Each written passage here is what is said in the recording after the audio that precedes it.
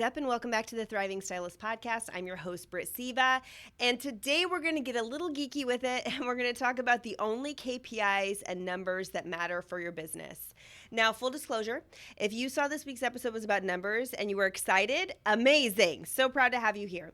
If you saw the topic and you were like, oh no, I might skip this one, this is my nightmare, you are my people. I am not somebody who naturally likes the numbers. I'm the person who dropped math senior year because she just couldn't pull it together. Like math and numbers and spreadsheets are not my jam. It's not how my brain works. I'm very visionary, probably much more like you. I see the world in pictures and colors, and I love creative writing, and that's my bag. That's where I feel like I'm the strongest. Math and numbers are hard. So if math and numbers are hard for you, I see you and I understand. However, we have to have a little bit of real talk. I started this business the way that it looks right now in 2015. I started it initially in 2012. So I am 12 years into running my own small business. And I knew from the start, if I was going to run a business, I needed to understand money, finance, numbers, and metrics. I knew that from the jump. And I knew that from the jump because a couple things. One, I've known way too many people who've been taken financially advantage of because they didn't know the numbers. And two, from the moment I started coaching salon owners, I realized how little they knew about managing the money. And the irony in that is we got into this industry to make money. Like if you didn't get into this industry to make money, I'm confused why you're here. We all chose this as our career and our livelihood. It is such a blessing that we get to be creative and make people feel good and make people feel confident. Like we are the luckiest people on the planet that is our job. But let's not be confused. That is our job. This is how we put food on the table. This is how we put a roof over our head. God willing, this is how we're able to take dream vacations, right? So we have to look at this as our career and our profession, and we have to take it seriously. We want the world around us to take it seriously. We have to take it seriously. So here's examples of not taking it seriously. If you're a booth renter or a studio suite owner and you don't have separate bank accounts for your business expenses and your business checking and all of your income, and then a totally separate personal checking account, you're not quite taking it seriously yet. If you work independently as a salon owner or a stylist or a studio suite owner, and you're not giving yourself some kind of paycheck once a week or every other week, you're not taking it seriously yet. And even if you're not an employee of your own business, like we could do a whole podcast on that, like the benefits of like filing as an S Corp and being an employee of your own business. We could do geek out over that another time. But even if you're not set up that way, you should not just be interchangeably using the money that you use to pay for salon stuff, income that comes in from your clients, and then paying your bills at the end of the day. That's not taking your business seriously. There should be an allocation, an owner's draw, a stipend that you get based on your goals for the year. And until we know the KPIs, we know the numbers, we can't run our business super professionally. So knowing these geeky metrics and numbers matter. Because these metrics and numbers I'm going to give to you affect your paycheck. They affect how fast you're going to grow. They affect how much you're going to have to pay in taxes. Like they affect so much. So as somebody who also hates the numbers, I want you to learn to get down with it. Here's a reason why. This year, I'm recording this podcast episode January of 2024. And my CFO, so I have 3 financial people in my company. I have a fractional CFO, who's a CFO for me and a couple of other businesses. I have a bookkeeper and a CPA. All of those 3 people do completely different things for me, okay? So my CFO sent me the overview of 2023 from my bookkeeper. My CPA hasn't even looked at it yet, from my bookkeeper. I sat down yesterday and spent 2 hours probably auditing those books and found 17 errors. This is a bookkeeper that I trust deeply. However, when I look at what the bookkeeper's doing and look at what the CFO is doing, they're looking at the numbers strictly from a data standpoint. They're not in the business day to day. So really knowing and understanding your numbers, getting down with the money, getting down with the metrics, and knowing these things to deep detail is going to protect your money, it's going to protect your future, and it's going to help you to grow as quickly as possible. So when we talk about KPIs and metrics and numbers, essentially we're talking about the health of your business as a stylist or a salon owner. I'm going to give you my opinion, and let me tell you where I've come up with my opinion. I coached my very first salon. I coached my salon team starting in 2009. 2012 was the first time I coached a salon that was not one that I was working in every single day. So it's the first time I looked at a salon and their business from a bird's eye view. Over the past 12 years, I have been able to deeply feel confident in the numbers and metrics that will actually determine the success of a business. There's probably 250 to 300 numbers that we could look at for your business. Ratios, comparisons, rates. We could look at percentages. Like there's a million things that we could do. There is a very small handful that actually matter. And I don't want you to get in the weeds with numbers. One of the things I've noticed for myself is the more numbers I have to track, the less interested I am in doing it. I just want to know the small handful of numbers that will determine if my year is going to go well or poorly. I want you to have the same. Let's have this be easy. Let's have this be painless. And that's the point of view that I'm coming from. These numbers are the ones that from experience, I'm able to predict if a business is going to be successful or not. And I just want you to have the same gift. Okay, so let's start by talking about numbers tracking. First, there's 3 options. The easiest is a booking system, like your online booking system. It's also my least favorite. What? I know I'm a huge proponent of online booking systems, a huge proponent of digital business management systems. I don't think you can fully rely on them for these metrics and numbers. Let me tell you why. As the person who's had the privilege of reviewing hundreds of online reports from a variety of salons across the country, independent stylists, all the things, I can count on maybe even no hands the times that the reporting is actually accurate. And here's why.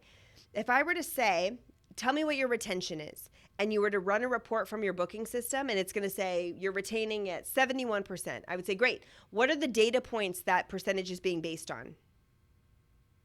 Well, the retention. No. But I mean, like, seriously, like, what is the time frame it's looking at? What are the indicators that it's looking at to ensure that somebody has been considered retained? Like, what are all the factors it's taking into place? Most of you have no idea.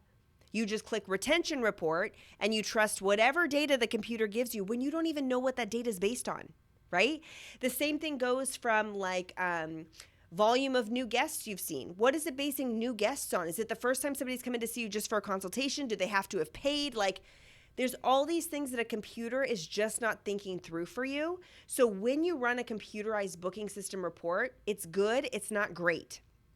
I just shared with you that example that when my CFO gave my end of year books, I said, thank you, I need a week with this so I can go through the whole thing manually.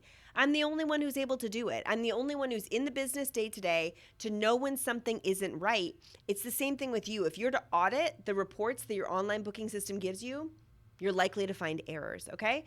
So second way that you can track these numbers is through a organized physical system. This is my favorite, and this is what I do. This is how I'm able to catch errors in my bookkeeper and in my CFO and all the things. I keep physical track of everything that happens in our business every single month. I suggest using a system like our Wealthiest Year Yet planner. So you may or may not know this, but here at the Thriving Stylist, we have a physical planner. It comes out every single year. It's sold out every single year since 2019. So I'm recording this at the start of 2024. We are sold out for the year. However, more planners will come in stock at the end of this year, and you can get your planner to kick off 2025 if you'd like to. The planner has 6 different sections: North Star, Reflect, Dream, Strategize, Execute, and Social Content Strategy. And the way our planner works, it allows you to make big plans for the year, break those plans down into projects, break those projects down into action steps, plot them out every single month, and then every single month we're also tracking the metrics that matter so that it's never overwhelming. You always have a pulse on your business. You're never left in the dark. You're only tracking what counts. Okay, so I always say Wealthiest Year Yet is meant to save you time, not add to your plate. Now, am I the only business coach with a physical planner to track and pace your numbers? No, there's lots. There's probably a dozen or so out there. For me, I've looked at a lot of those. Mine's the one that track the numbers that indicate the health of your business to the most finite degree. You could track as many numbers as you want to. I like just tracking the numbers that count, okay? So you can get a physical planning system designed for the industry that tracks the metrics for you. That's option number 2. Option number 3, least organized, least techie, quickest to get off the ground, is going to be a spreadsheet. And what you can do is create a Google Sheet or an Excel spreadsheet based on what I'm going to tell you today and start tracking there. The key is to start. So I gave you 3 different tools you can use. The best thing you can do is start today. You can always upgrade your system, but get started with the tracking. Education is power. And one of the things I've found through coaching stylists and salon owners is often I'm the bearer of bad news. Somebody thinks something is going super well. I run the numbers and metrics and say, listen, we got a problem here. Sometimes I call it a bleed out. Sometimes I call it a blind spot, but I say, we got an issue. And the stylist or salon owner is like, I'm feeling super defeated. Like I didn't even know that was a problem. And now I'm feeling crummy about it. And I always say, don't feel crummy, feel empowered. You brought me on as your coach because you knew something wasn't right. I've just found something that's not right. Let's just fix it. But you won't be able to fix things like that in your own business unless you A, hire somebody like me to find these things, or just start tracking them yourself. So I want to give you the tools to track them yourself. So start today. So let's start by getting into the 7 metrics I want all of you to track every single month. And then I also have additional metrics if your goal is growth, if your goal is consistency, or if your goal is impact. So we'll get into those as well. So let's talk about the 7 that I want all of you to track. The first is going to be total number of guests you see each month. I like tracking that by guest visits. I think it's the most accurate because it really gets a pulse on volume, but you could do it physical bodies too. So let's say Meredith comes in to see you every single week. So if Meredith is coming in to see you weekly, I would count that as 4 visits. Okay. You could also say 1 client because it's just Meredith coming 4 times. But I like doing like guest visits every single month. I think that's a really good metric to track. So total guest visits you see every single month. Number 2, new guest requests total. And I would love for you to do this split. So new guest requests total is metric number 2. New guest requests seen is total number 3. So new guest request total means how many people made a request to come in and see you in your business this month, whether you were able to fit them in or not. That's an indicator of demand. Metric number 3, which is new guests seen total, is a metric based on capacity. So here's an example. If 6 new guests requested to come in to see you and you served all 6 of them, it means you have a good demand, but your capacity is actually a little bit more open than we'd like it to be. Let's say you had 6 new guest requests and you really only had the capacity to fit 4. That's kind of a sexy problem to have because it's like so many people want to come in to see me, but I'm already pretty booked. And so I'm turning 30% of those guests away. Now, we don't want to be turning more than 40% away. That's way too many. We want to be able to see as many guests as we possibly can. But if you're like, oh, I'm able to see as many people as want to come in to see me, it's a huge indicator that you have a capacity issue. It generally relates to retention, which we'll get into in a moment. But we like to look at the relationship between demand and capacity.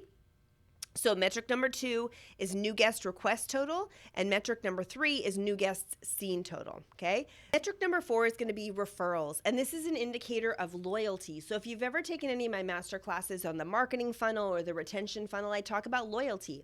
And if you're not seeing 3 to 4 to 5 referrals from your existing clients every single month, it's a huge indicator that your loyalty is simply low.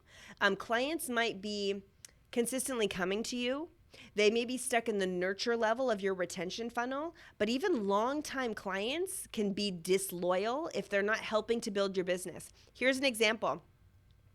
Are you somebody who your clients have said, oh, I don't want to send you any referrals. I don't want you getting more expensive than you are. Or, I don't want to send you any more referrals. You're already hard enough to get into as it is. Huge indicators that you're lacking in loyalty. Okay? So I know that it messes with our mindset, but when clients say things like that, huge indicators that there's a structural issue in your business. And that's why we're tracking things like referrals, because it goes to show like, okay, how healthy is my business actually? Am I only getting new clients when I'm marketing my own booty cheeks off, or are people sending me new guests? Okay. Metric number 5, total revenue received. So that can be retail revenue, service revenue. I'll get into segmenting revenue later, but I just want to know total revenue received. Total money coming into the business every single month. Metric number 6 is going to be total expenses. And then metric number 7 is total profit. Now, in theory, revenue minus expenses equals profit. But some of you haven't been doing good bookkeeping, and you'll find that there's a discrepancy there. And when there is, it gives you pause and it makes you go in and dig a little deeper, okay? For every single one of you, those are the 7 metrics I want you tracking every single month. Now, what about those of you who want to grow? If you are focused on growth, the 3 most important metrics for you are new guest requests, total revenue, and total profit. That is my main and primary concern for you. For those of you focused on growth, where you're like, I'm getting a ton of new guest requests, but my revenue is not increasing. Huge red flag. I'm getting a ton of new guest requests, my revenue is increasing, but my profit is not. Huge red flag. So those 3 metrics and the way they relate to each other, most important for you who are concerned with growth. Now, what about those of you who are concerned with consistency? Consistency would be like, my business is good. I'm actually focused on scaling my schedule back and sustaining my income. Okay, cool. So for you, we're going to look at total guests you see each month, new guests seen total capacity, because if your goal is to scale, we're not necessarily looking to grow. We're looking to gain time back. So I'm more concerned with capacity versus demand, okay? Then total revenue received, total expenses, and total profit. We want to make sure those things and the way they relate to each other stay healthy, stay consistent. We don't want to see a dip there. Those of you where your focus for the year is impact, we start to look at different things. Income by source, interest level growth, and interest level engagement. So there's a lot of schools of thought where it's like, okay, I understand that we want to grow your clientele, but I need to know how many guests you've pre-booked. What is your retail to service percentage?